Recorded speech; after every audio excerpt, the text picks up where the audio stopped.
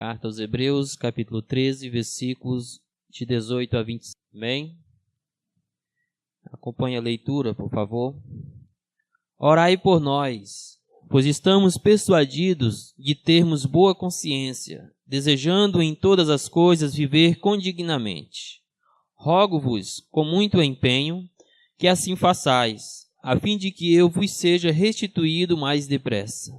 Ora, o Deus da paz, que tornou a trazer dentre os mortos a Jesus Cristo, nosso Senhor, o grande pastor das ovelhas, pelo sangue da eterna aliança, vos aperfeiçoe em todo o bem, para cumprirdes a sua vontade, operando em vós o que é agradável diante dele. Por Jesus Cristo, a quem seja a glória para todos sempre. Amém. Rogo-vos ainda, irmãos, que suporteis a presente palavra de exortação, tanto mais quanto vos escrevi resumidamente. Notifico-vos que o irmão Timóteo foi posto em liberdade. Com ele, caso venha logo, vos verei. Saudai todos os vossos guias, bem como todos os santos. Os da Itália vos saúdam. A graça seja com todos vós. Amém? Meus irmãos, durante 57 mensagens, sendo esta de número 58, estivemos numa longa jornada pela carta aos Hebreus. De fato, isto tem sido algo desafiador, visto que esta é uma carta cheia de contexto veterotestamentário, ou seja, há muito do Antigo Testamento nesta carta. Isto requer maior dedicação, maior estudo, maior cuidado nas interpretações, para que de nenhuma forma venhamos trazer algo a mais ou a menos do que o que a palavra de Deus tem de fato a nos dizer. Mas embora desafiante, também tem sido muito regozijante estudar a carta aos Hebreus com os irmãos. Isso porque ela abre os nossos olhos, talvez como nenhuma outra do Novo Testamento, para a beleza que há em Cristo Jesus, para o brilho da graça do Senhor Jesus Cristo dispensada a nós, pecadores. Isto porque o principal objetivo do autor desta carta é justamente mostrar para os seus leitores a pessoa e a obra do Senhor Jesus Cristo na sua plenitude, trazendo então para os mesmos um argumento impecável, um argumento indiscutível sobre a superioridade do Senhor Jesus Cristo na vida da igreja, na vida das ovelhas do Senhor Jesus. E ao longo destes 13 capítulos, 57 mensagens, somando a de hoje 58, nós podemos contemplar de forma muito bela a maneira como o autor vem trazendo este assunto, esta superioridade do Senhor Jesus Cristo para a vida da igreja. Não é sem motivo que já no princípio da carta, nos versículos de 1 a 4, o autor já trata ou usa o argumento de que Jesus Cristo é a suprema ou o clímax da revelação de Deus para a igreja. Mas não apenas a suprema ou o clímax da revelação, mas também a definitiva. Não é sem motivo que o autor confronta a crença dos seus leitores e mostra que Jesus Cristo é superior aos anjos. Não é sem motivo que o autor confronta a religiosidade dos seus leitores, que certamente eram judeus, entre eles a maioria, sem dúvida, sacerdotes, mostrando que Jesus Cristo é superior à lei de Moisés e que a lei encontra o seu cumprimento em Cristo. Mas não apenas superior à lei, mas superior ao próprio Moisés, a quem o judaísmo tanto estimava como um grande homem de Deus. Não é sem motivo que o autor, de forma muito brilhante, usa o argumento para provar que Cristo Jesus é superior a todo o sistema sacerdotal do Antigo Testamento, inclusive superior àqueles que ministravam esses cerimoniais religiosos que eram os sacerdotes e sumos sacerdotes. Nisto, o Senhor Jesus Cristo é de fato o nosso sumo sacerdote. E sendo ele o nosso sumo sacerdote, ele não apenas ofereceu o sacrifício, mas ele foi o próprio sacrifício. Nisto ele alcança superioridade sobre todo o sistema sacrificial do Antigo Testamento. Na verdade, estudamos que tudo quanto o Antigo Testamento usa são como setas apontando para Cristo, para algo que ganharia a sua plenitude na pessoa do nosso Senhor Jesus Cristo.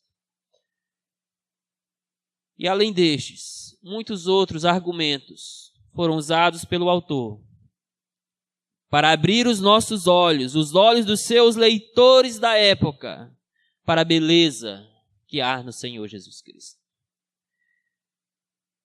Chegando ao capítulo 13, irmãos, ele traz algumas exortações que poderíamos dizer de exortações finais para os seus leitores. Os versículos iniciais, ele vai trazer algo a respeito dos deveres sociais, de como se deve dar o relacionamento do cristão e como que Cristo deve estar transparecido nos nossos relacionamentos. Depois ele falou sobre algumas responsabilidades espirituais que nós temos. E nos versículos de hoje, que quero tratar com os irmãos, como sendo as exortações finais da carta aos Hebreus, o autor vai destacar pelo menos 3 exortações para os seus leitores, para a igreja da época. Tendo nós estudado durante essas longas semanas a carta aos Hebreus, essas exortações também são para nós. De certa forma, podemos dizer que elas são algumas aplicações que vêm para desafiar as nossas vidas, a nossa conduta, o nosso ânimo espiritual, já que estes leitores de Hebreus eram um povo, até certo momento, desanimados, desencorajados na vida cristã, e por isso eles precisavam conhecer mais de Cristo Jesus. De igual forma, meus irmãos, o antídoto contra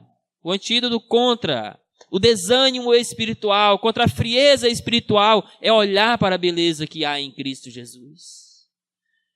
É olhar para a superioridade que Jesus Cristo tem sobre tudo e sobre todos, inclusive sobre as nossas próprias vidas.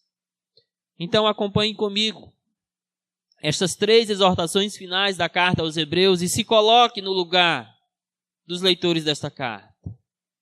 Ouça-as como sendo diretamente para o seu coração, porque embora escrito há mais de 2000 anos atrás, não tenho dúvida que essa mensagem é para você e também para mim.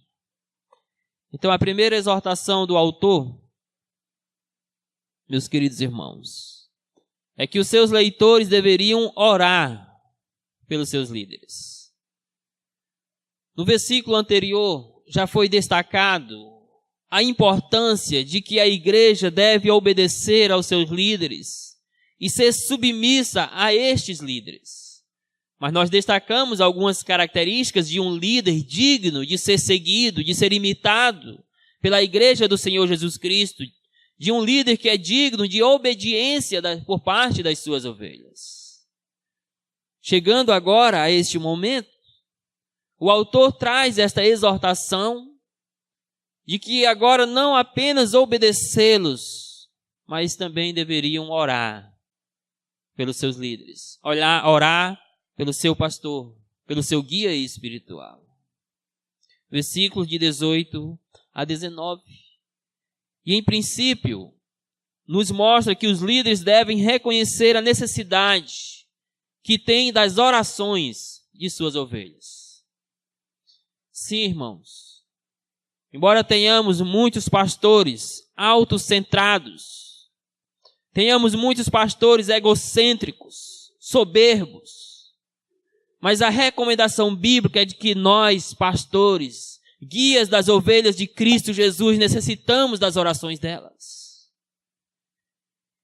E com certeza, eu me coloco nesta posição do autor da carta aos Hebreus, para dizer aos irmãos que necessito da oração de cada um dos irmãos para que possa cumprir com fidelidade o ministério que Deus nos deu, para que possa guiar os irmãos no caminho da verdade, nos princípios da palavra de Deus, para que possa também eu encontrar encorajamento em meio aos desafios da vida cristã, em meio aos desafios do ministério pastoral. Nisto o autor faz este pedido às suas ovelhas, início do versículo 18. Orai por nós. Orai por nós, responsáveis de guiar o povo de Deus até os caminhos da eternidade. Orai por nós, porque de fato o ministério é árduo. Muitos espinhos precisam ser pisados. E necessitamos da oração de cada um dos irmãos. Sim, irmãos, tanto quanto o autor da carta aos Hebreus, eu também, como sendo aquele escolhido pelo Senhor para guiar os irmãos nos caminhos de Deus, necessito que os irmãos orem por mim. Não tenho eu nenhuma soberba, não tenho eu nenhum ego que me impeça de reconhecer que preciso dos irmãos. Eu sei que sim, muitos irmãos têm orado por nós, alguns até compartilhado isto. E eu louvo a Deus pelas suas orações. Eu agradeço ao Senhor e tenho certeza de que estas orações têm tido seus efeitos sobre a minha vida, sobre o ministério, porque diz a palavra de Deus que a oração do justo tem muito nos seus efeitos. Mas necessito que os irmãos continuem orando, que a igreja continue a orar pela nossa vida, pelo nosso ministério, para que possamos com alegria cumprir a missão que Deus nos deu de guiar os irmãos nos retos caminhos do Senhor. Mas em seguida, o autor também reconhece o papel da oração no desenvolvimento do caráter cristão, em especial aqui no desenvolvimento do caráter do líder, do pastor, no desenvolvimento da sua piedade cristã, do seu compromisso com Deus, com as Escrituras. Nisto ele coloca, pois estamos persuadidos de que temos boa consciência, desejando em todas as coisas viver condignamente. O autor demonstra aqui a sua convicção de consciência limpa diante de Deus, de dever cumprido, de forma bíblica, centrada. Mas ele também expressa o desejo de viver condignamente, ou, em outras palavras, de viver de forma honrosa, de poder ter o seu caráter cada vez mais desenvolvido à luz das Escrituras. E veja que ele reconhece que a oração da igreja é de extrema importância para o desenvolvimento desta vida honrosa ou desse caráter cristão que o líder precisa ter. E eu estou também persuadido, e todo pastor assim deve estar, que com uma consciência limpa, tranquila, mas que também precisa das orações dos irmãos, para que Deus nos dê o auxílio da sua graça, para um ministério honroso a Ele, para uma vida cristã honrosa a Ele. E como guia dos irmãos, evidentemente cai maior responsabilidade sobre mim, sobre aqueles que guiam o povo de Deus, de terem uma vida honrosa, piedosa, já que os irmãos precisam obedecer a este guia, precisam submeter-se a este guia, então ele precisa ser exemplo em todas as áreas da sua vida. de piedade no lar, na sociedade, na igreja, de compromisso com o evangelho, com a exposição da palavra, com um caráter honrado. E quem que não precisa de oração a fim de desenvolver tudo isso? O autor da carta aos Hebreus diz que precisava e por isso pede que os irmãos orem por ele. Mas por fim, neste ponto, o autor pede oração em favor das lutas enfrentadas no ministério. Meus queridos irmãos, há muitas lutas que são travadas no ministério pastoral.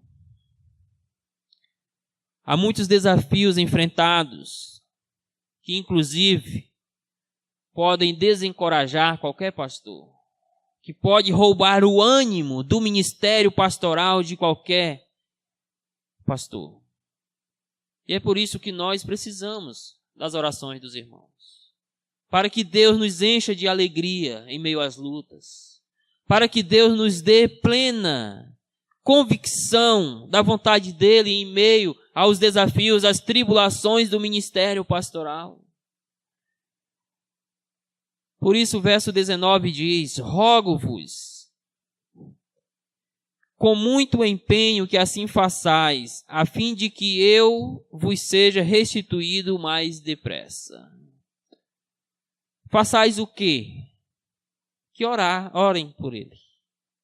Assim eu rogo-vos com muito empenho que vocês orem por mim, a fim de que eu seja restituído mais depressa a vocês. Nós não sabemos, irmão, exatamente, o texto não é claro, então não sabemos exatamente o que o autor dessa carta estava passando neste momento. Por mais à frente ele citar que Timóteo, outrora preso, agora estava em liberdade, podemos até supor, ou pressupor que ele estivesse preso, juntamente com Timóteo. Mas é algo que nós não podemos afirmar porque o texto nada diz de forma clara a respeito. No entanto, fica claro o fato de que esse autor da carta, quando escreveu a estes irmãos, estava passando por algumas dificuldades advindas do ministério pastoral. Se era um aprisionamento, não sabemos. Se eram perseguições internas ou externas, não sabemos. Se eram lutas com as ovelhas de Cristo, não sabemos. Mas fato é de que ele estava lidando com dificuldades cruéis no ministério. E uma das melhores maneiras de aliviar o seu fardo, ele reconhece que é por meio da oração dos irmãos. E veja como ele é enfático: rogo-vos, como que dizendo eu clamo a vocês. Mas ele usa uma expressão logo em seguida com muito empenho para enfatizar a necessidade que ele tinha da oração dos irmãos. Ele reconhece que Deus poderia enviar socorro oportuno para ele em resposta à oração da igreja. Irmãos, nada mudou. Continuamos dependentes da oração dos irmãos, de cada um dos irmãos, para que Deus nos dê graça em meio às lutas do ministério pastoral. Por isso, ao concluir a sua carta, o autor exorta aqueles irmãos a orar pelos seus líderes. Qual foi a última vez que você orou pelo seu pastor? Qual foi a última vez que você se curvou diante de Deus e clamou a graça do Senhor Jesus Cristo para o seu pastor? Mas acompanhe comigo a segunda exortação.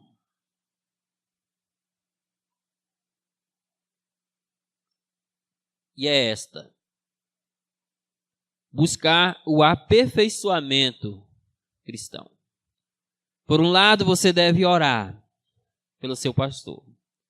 Mas por outro lado, você deve buscar o aperfeiçoamento dos santos para a sua vida. Em vez de estarem entregues àquele desânimo, àquele desencorajamento, aqueles irmãos deveriam buscar o aperfeiçoamento cristão, o progresso da vida cristã, o crescimento na graça e no conhecimento de Cristo, como coloca o apóstolo Pedro em sua carta. Irmãos, quando nós nos entregamos as circunstâncias que nos perseguem, nós deixamos de crescer na graça do Senhor Jesus Cristo. O propósito de Deus é que nós usemos cada circunstância como uma ferramenta divina que nos leve ao crescimento, ao aperfeiçoamento da vida cristã. Lamentavelmente, não é isso que tem acontecido em nossos dias, semelhante ao que estava acontecendo aos hebreus, vemos acontecendo nos dias de hoje. E vale sim dizer, irmãos, também em nossa igreja. O que estava acontecendo na carta aos hebreus? Irmãos desanimados, irmãos com problemas, em vez de buscar o aperfeiçoamento em Cristo, migraram para o judaísmo. Nós sabemos que esta foi a nossa realidade nos últimos tempos.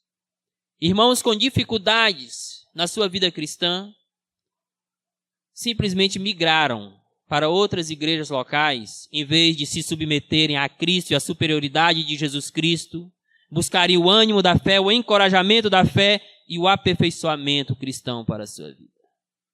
Eu espero em Cristo que onde eles estejam, possam ter alcançado de alguma forma esse aperfeiçoamento.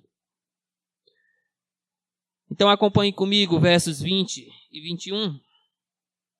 E veja que, em primeiro lugar, é salientado o caráter reconciliador de Deus.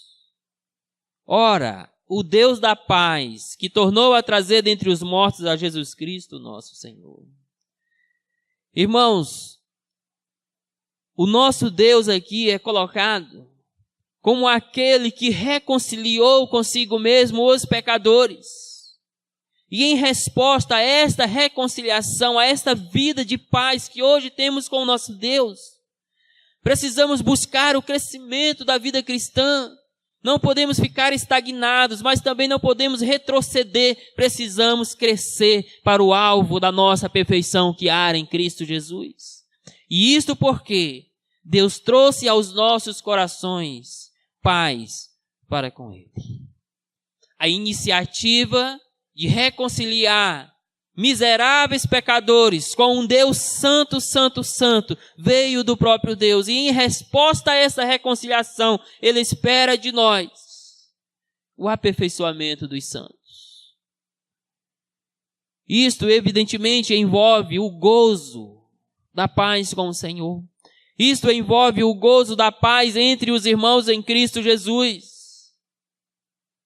Deus é aquele que fez tudo quanto era necessário para que houvesse paz entre este pecador e Ele como o grande Criador dos céus e da terra.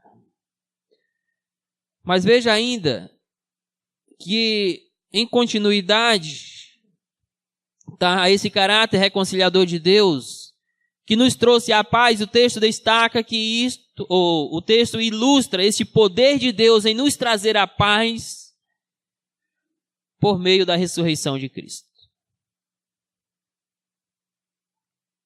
Este Deus, ou o poder deste Deus, é comprovado para nós aqui nesse texto, na demonstração do seu poder para ressuscitar o próprio Senhor Jesus Cristo dentre os mortos. Então a nossa vitória é estar em Cristo, a nossa vitória é estar no poder do nosso Deus que ressuscitou a Jesus Cristo dentre os mortos e nos reconciliou com Ele por meio do próprio Senhor Jesus. Mas veja em segundo lugar, que o texto aponta para Jesus como o supremo pastor de suas ovelhas. O grande pastor das ovelhas, pelo sangue da eterna aliança, vos aperfeiçoe em todo o bem. Talvez um dos capítulos mais belos do Novo Testamento, que aponta para Jesus Cristo como o nosso pastor, seja João capítulo 10. Onde o próprio Senhor Jesus Cristo deixa claro ali que Ele é o pastor das suas ovelhas. Que nós somos ovelhas do seu pasto. E o autor de Hebreus vem neste momento dizer que o grande pastor das ovelhas, pelo sangue da aliança, irá nos aperfeiçoar em todo bem. A pergunta é, quem é o grande pastor? Quem é o nosso supremo pastor? É o próprio Senhor Jesus Cristo. É Ele que nos chama a Ele. É Ele que nos reconcilia com Deus. É Ele que está nos guiando no caminho da verdade. Ele é o pastor das ovelhas. E isto porque, segundo o texto, esse direito Ele conquistou pelo seu próprio sangue. Cristo ganhou o direito de lhe pastorear, de ser o seu pastor, pelo próprio sangue derramado na cruz do Calvário. Conforme diz o texto, pelo sangue da nova aliança. Ou seja, pelo sangue derramado lá na cruz do Calvário. O sangue que operou em nós, ou opera em nós a reconciliação para com Deus. O sangue que selou diante de Deus os termos da nova aliança, o qual nos faz beneficiários da morte de Cristo Jesus. Por isso Ele é o nosso pastor. Por isso nós devemos buscar o crescimento em Cristo Jesus, o aperfeiçoamento dos santos, sempre em submissão a este grande pastor que derramou o seu sangue pelas nossas vidas. Sendo o grande pastor das ovelhas, tendo conquistado esse direito divino e eterno pelo sangue que derramou na cruz do Calvário, o versículo 21 então diz que Ele nos aperfeiçoa em todo bem. É um pedido agora do autor em favor dos hebreus, que este pastor supremo que derramou o seu sangue possa vos aperfeiçoar em todo bem. Esta expressão em todo bem é ampla, ela envolve vários aspectos da vida cristã, tudo quanto vai contribuir para o nosso crescimento espiritual. A palavra aperfeiçoar tem o sentido de tornar completo. Então que este Cristo Jesus opere em nós a plenitude da vida cristã. Este Senhor Jesus Cristo, nosso supremo pastor, trabalha dia após dia em nossas vidas, no aperfeiçoamento do nosso caráter. Para que assim, meus queridos irmãos, possamos nos tornar cada vez mais semelhantes a Ele. E aqui, irmãos, está destacado dois aspectos deste aperfeiçoamento. Primeiro, é que este aperfeiçoamento vem do próprio Deus. É Deus quem nos aperfeiçoa, é Deus quem opera em nós, a fim de que alcancemos a plenitude da vida cristã. Mas, por outro lado, e em segundo, isso não elimina em nada a nossa responsabilidade, os nossos deveres de buscar o aperfeiçoamento cristão. Como tenho exortado alguns irmãos ao longo da carta aos Hebreus, irmãos desanimados, desencorajados, e eu assim os tenho exortado, encorajado em algumas situações usando textos da própria carta aos Hebreus, reconhecendo sim que é Deus quem vai aperfeiçoá-lo, que é Deus quem vai reanimá-lo. Mas como estes irmãos não cumpriram as suas responsabilidades, os seus deveres para com a vida cristã, continuaram mergulhados no desânimo espiritual. É Deus quem traz o aperfeiçoamento, mas Ele faz isso também através das nossas atitudes. Então aquela pessoa que está desanimada, que é exortada a vir para a igreja, a orar, a ler a Bíblia, e ela não faz nada disso, vai continuar afogada no mar do desânimo espiritual. Em terceiro lugar, aqui neste ponto, é destacado que precisamos viver a vontade de Deus em nossas vidas.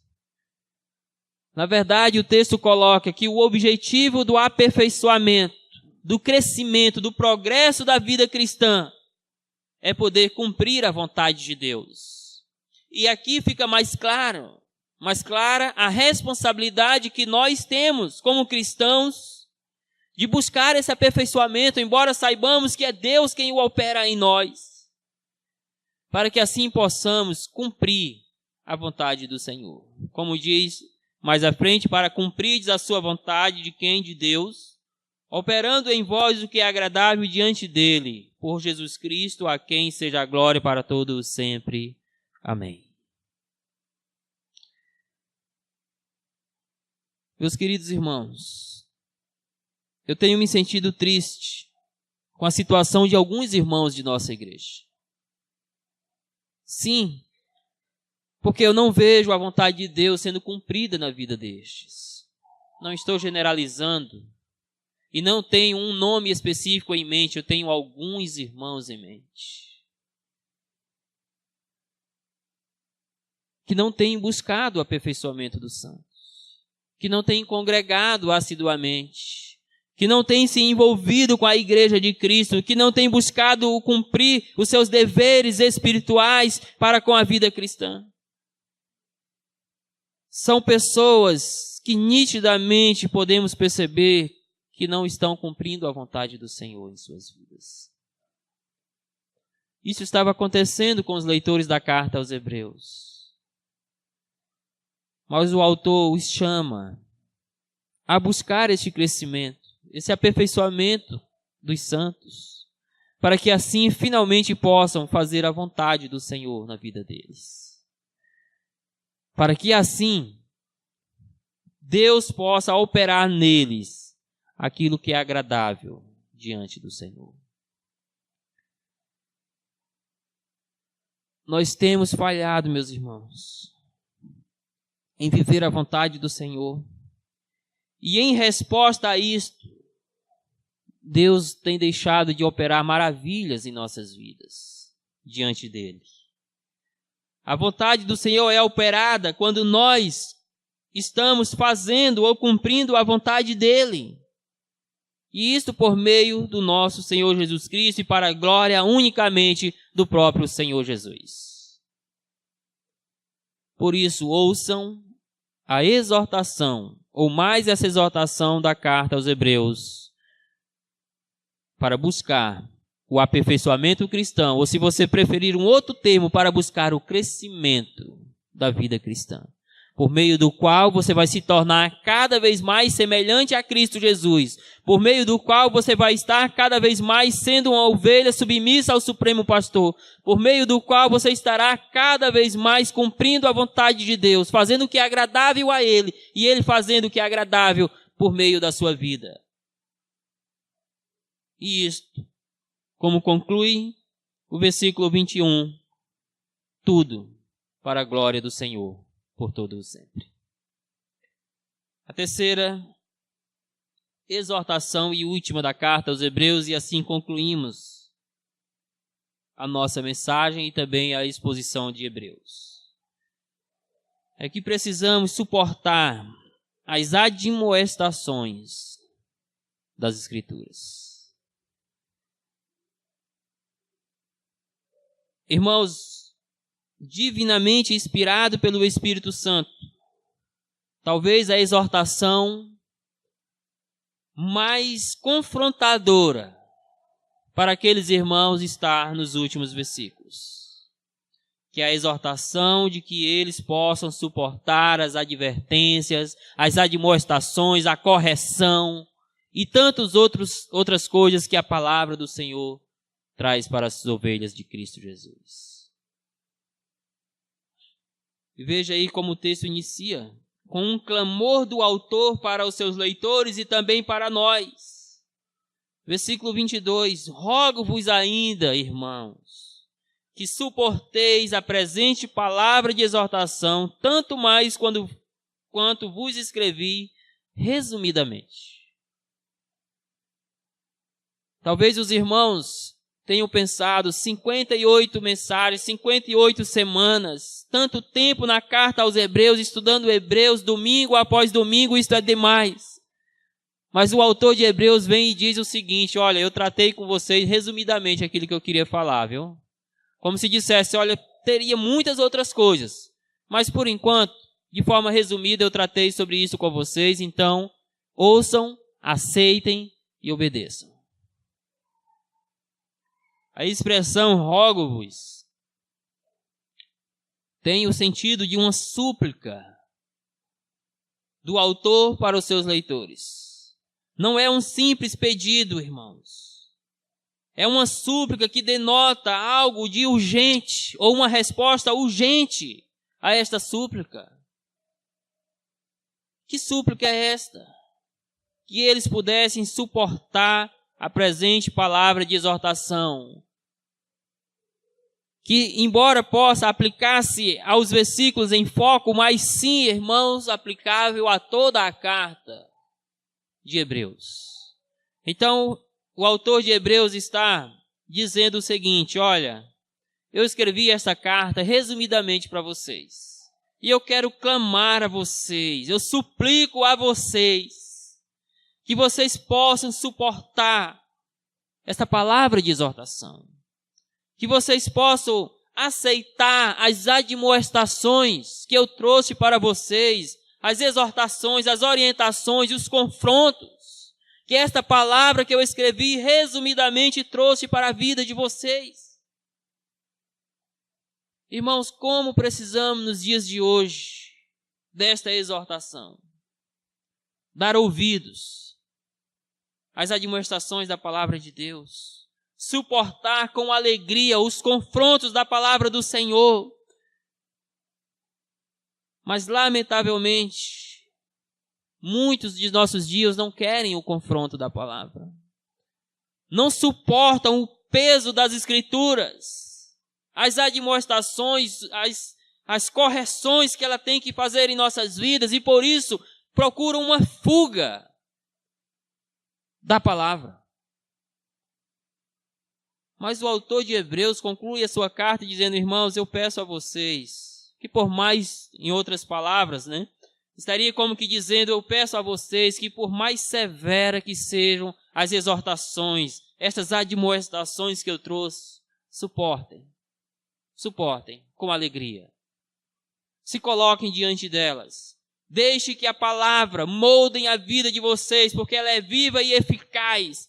É mais penetrante, é mais cortante do que uma espada de 2 gumes, conforme colocado lá no capítulo 4. É quando nós nos submetemos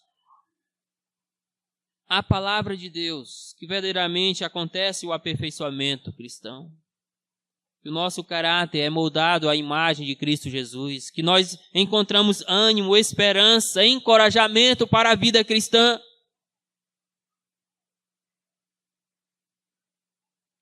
Em seguida, o autor conclui destacando alguns aspectos da sua saudação. Antes disso, ele notifica o desejo de estar pessoalmente com aqueles irmãos. Nós já vimos no versículo 19 que ele pede oração para que ele pudesse ser restituído depressa com aqueles irmãos, ou para aqueles irmãos, que ele pudesse estar o quanto antes com aqueles irmãos. No versículo 3 ele diz: notifico-vos que Timóteo foi posto em liberdade. Com ele, caso venha logo, eu vos verei. Expressando o seu carinho, o seu amor de pastor pelas ovelhas, o seu desejo de estar com elas, de orientá-las pessoalmente no caminho da verdade, já que até então ele tem feito isso por meio desta carta. E aí depois ele faz uma saudação a toda, ou envia uma saudação a toda a igreja. Saudai todos os vossos guias, ou seja, saudai os vossos pastores, os vossos líderes, bem como a todos os santos, a toda a igreja de Cristo Jesus. E os da Itália vos saúdam em Cristo. E por fim, o autor faz um pedido ao Senhor. Tendo pedido a oração dos irmãos, agora ele faz um pedido a Deus em favor dos irmãos. Que a graça seja com todos vós. Que a graça soberana de Cristo, que o favor imerecido do Senhor Jesus Cristo esteja com todos vocês, seguidores de Cristo, ovelhas do Supremo Pastor, que estão se esforçando para cumprir a vontade de Deus, que estão lutando contra o desânimo, contra o desencorajamento, que estão precisando de forças para continuar caminhando com Cristo. Que a graça do Senhor Jesus Cristo seja com todos vós. É o pedido final do autor de Hebreus em favor dos seus irmãos. Meus queridos, a vida cristã é trilhada em meio a muitos desafios. Então, que a graça do Senhor Jesus Cristo também esteja com todos nós. Olhando para esse texto, meus queridos irmãos, mas também para toda a nossa jornada aos Hebreus, eu queria concluir destacando 5 rápidas aplicações. Primeira, Jesus Cristo precisa, e de fato, ocupar o lugar de superioridade em nossas vidas. Jesus precisa ser o centro do cristianismo, da igreja e da nossa vida cristã. Nossas vidas precisam ser cristocêntricas, ou seja, Jesus no centro da nossa vida, do nosso ser, da nossa existência, da nossa igreja. O fracasso de muitos irmãos da carta aos Hebreus aconteceu quando eles deixaram de olhar para a superioridade de Cristo.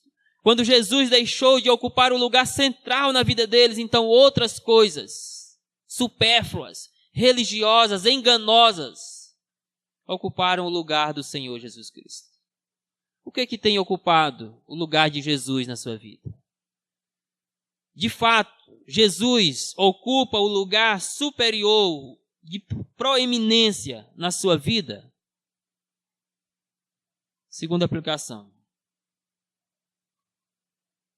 À luz da carta aos Hebreus, irmãos, à luz da eficácia e da suficiência da palavra de Deus, precisamos assumir um compromisso sério com as Escrituras.